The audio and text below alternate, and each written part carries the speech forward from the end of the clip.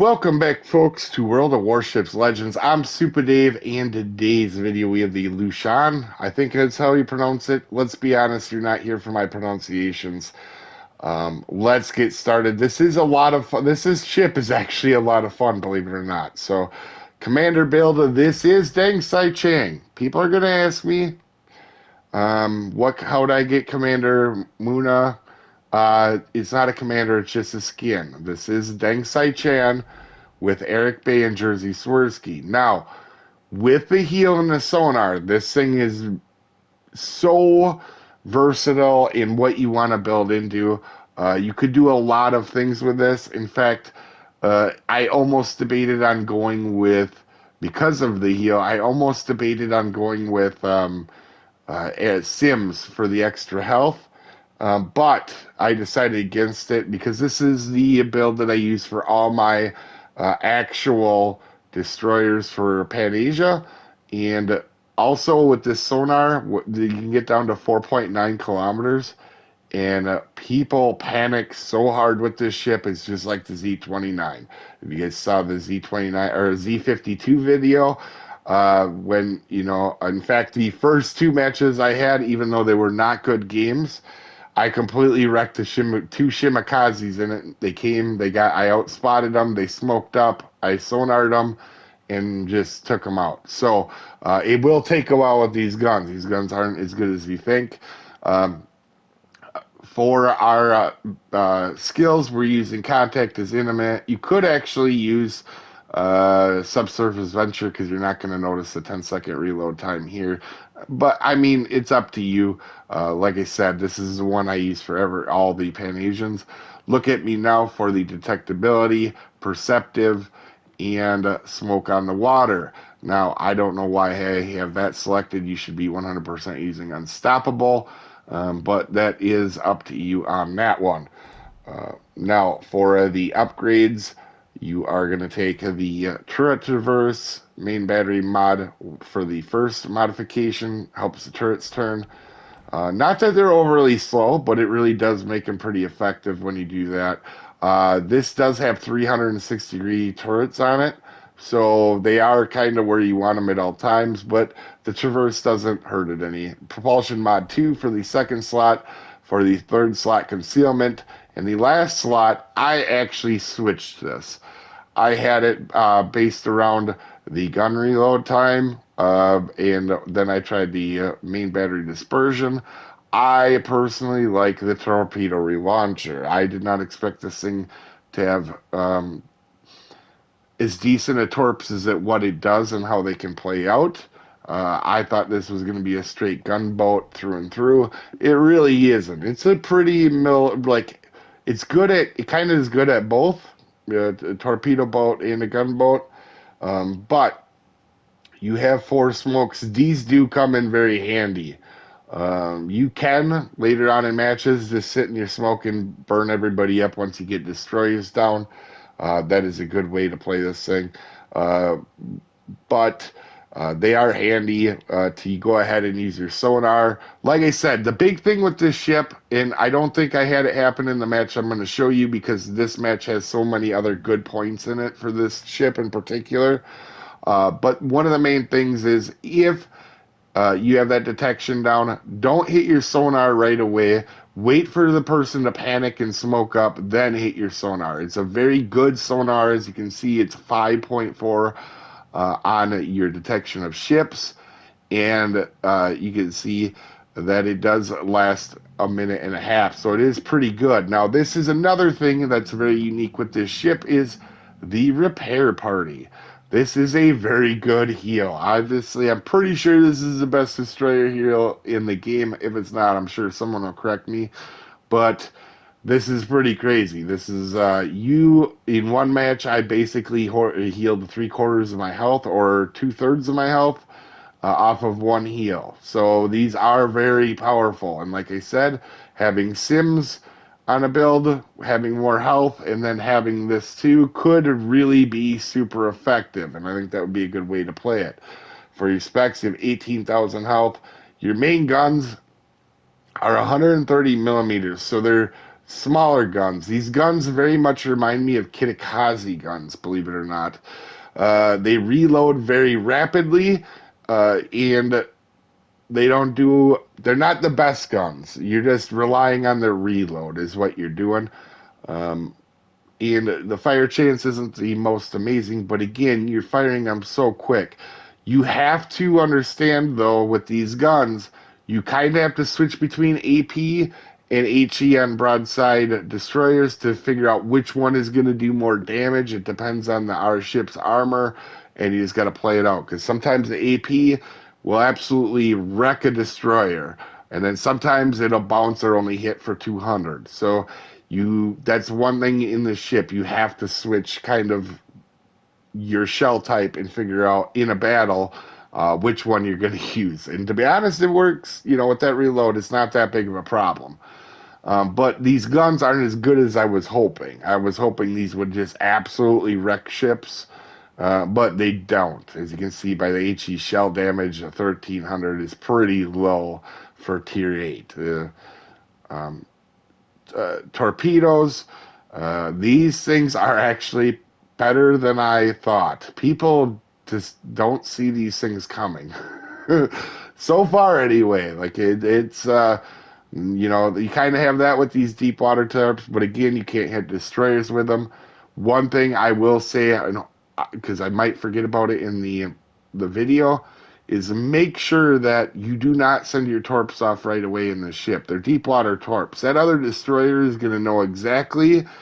A lot of people will pay attention to the torpedoes and know what's coming, but even the people that don't will know that deep water torps are Pan-Asian, and they'll know it's you, and they'll probably understand that there's a sonar coming at some point. So I don't rush to throw off these torps right away until I know I don't have a destroyer near me. For your AA defense, it's actually not horrible. I actually have had no carriers, but attempt to shoot down a plane. The fact that it's 5.2 on the AA defense is kind of handy, but again, it's not amazing. It's not like you're going to be shredding planes in this, but for a destroyer, it's not bad. Maneuverability, it is a little bit on the slow side. Has a good rudder, and the turning circle is it takes a while to turn, and and the reason is it's so long. Detection with this build is 4.9, so you are basically outspotting almost everything. And for the statistics here, as you can see, my first 2 matches not super great. Like I said, basically got rid of 2 destroyers, and that was it. A lot of them matches just happened to get over super quick before anything was able to do. So, you can see very early on, though, that I was very aggressive with this ship and was not surviving much because I was really being overly aggressive. That's kind of my play style when I get a ship. I want to take it to limits and test it. But for the armor, as you can see here, it is a destroyer. It's not amazing armor. And you don't want to get hit if you don't need to. That's about sums it up with the armor. As we go ahead and start this match and check who we're up against, I do want to say it is disclaimer time. This is a beginner's guide to help out people just learning this ship or learning the game in general. This is not for professional gamers that know everything there is to know about everything. There is also multiple ways to build and play ships, so opinions will vary. I am just a above average player. I don't claim to be the best player in the world. I just am a pretty darn good player. So I do make mistakes. You're going to see some in this match. And also, you didn't come to this video to see how to pronounce names, as I am very terrible at slaughtering other beautiful languages. It's almost an art form, so keep that in mind when you're watching this, guys. With that out of the way, one thing I want you to notice right away is how long this ship is. It has some issues like Kitakaze. We'll talk about them a little bit in this match, but it is a long destroyer. As you can see, we were almost as long as that new Tier 8 Japanese ship. Not obviously quite as long, but surprisingly, surprisingly longer than you'd catch. So for us, straight away, we're on Epicenter. I'm going to go straight forward. The reason I'm going to go straight forward is I want to let my teammates get the first shot. 100% of the time, that's what my goal is right away. Instantly off a match, I want to do that. Also, I'm not sending torpedoes right now. You notice I'm located, there's a destroyer in front of me. Even players that don't pay attention to what torps are on what ship are going to know that a Pan-Asian ship is here, and if you send off your torpedoes and they see it. So you don't want to do that because in most cases you're going to get the sonar. You're going to spot somebody, they're going to panic, you just sonar them in the smoke and you just wreck them. So you don't want to give away that you have a good sonar before they get to you. However, you can see I'm located and that ship is going to the right. So now I will throw my torps out just to see what can happen. As you see, we're getting a bunch of detections. We're giving our teammates a good chance to get some decent salvos off. Now here I stop. And the reason I do is I have a cruiser right behind me and he is getting wrecked because he's charging in. I always play to my teammates, even though this is not a smart move by my teammate. I decide, you know what? I'll use one of my 4 smokes for him when he gets up here, and lo and behold, that's where the torpedoes come. And but you can see I have a heal here. Look at how good this heal is. Now I use the first one pretty early. That's only because I'm assuming I probably could get a gunfight anytime. But anyway, we try to smoke up to save our light cruiser, and he just instantly dies there right afterward because he keeps shooting his guns. And also he's flooding out after eating them torpedoes. So, like I said, tried saving them, and you can see here we hit our sonar. I don't normally do this, but because my thing changed to right over here, I know there's a destroyer close, and I want to make sure torpedoes weren't coming around the mountain. I'm really glad I used the sonar there. Like I said, in this ship, you want to use your sonar normally when you spot somebody or after they smoke up. You don't want to use it a lot of times like there, but unless you're really worried about torps like I was. As you can see, the black shows up, and we are going to go ahead and shoot at him. And we're going to test AP, and I do this every time because sometimes you'll see it doesn't do much. Like there, it's only doing 2 or 400. There, it did 660. I feel like the HE is a more consistent, safer route, especially with him turning broadside. Now I'm backing up, and the reason I'm backing up is so I can't get wrecked by his entire team. And like I said, beginning of the match, you want to spot. After that, in epicenter, you want to try to control the middle if your team has spotting. So we're going to go ahead, and we know that other destroyer went to the other side of the map. That's the handy perk about being located. It's already helped me out twice now in this match. But anyway, we're going to throw some shells at him. You'd see pretty consistently, I think most of the time so far in HE, it does like 400 or so damage. But he gets away for now. I don't want to chase him to his side of the map and allow his teammates to help him. It'll be a losing battle for me. Again, one thing I want to mention is this ship is very long. And a lot of this ship reminds me of the Kitakaze. So the Kitakaze is a long destroyer. It's slow. And when people auto aim on you, if you're driving, if you're spotted, a lot of times you will see that the auto aim just actually wrecks you. You get hit a lot more in longer destroyers than you do in the short ones. But here you can see it's an Atlantico. It's a secondary ship. I don't normally put torpedoes on the line, but we are, because secondary ships have a tendency to go ahead and just drive in a straight line until they die charging. So we wait a second before sending our second torp, thinking he might stop behind that island if he's got hit by our torpedoes. However, he's not going to do that. He's going to go full charging in, but you can see our decision was a good one as he's fully moving in into our torpedoes. Now, I'm making sure right now that we have control of this cap. Obviously, a destroyer has popped up, but we do get a hit, 2 hits on the Atlantico. Knowing that he's going to get spotted again, we're going to try to get a fire on him. And you're going to see these guns are a little bit on the lackluster side as we have torpedoes come through here. And whoever sent them off had a pretty good guess of where I was, and obviously them were sent before I smoked up, so they wouldn't have known that. But you can see we're really not doing a whole lot with our guns. You know, they're 200, 400, they're shattering a lot.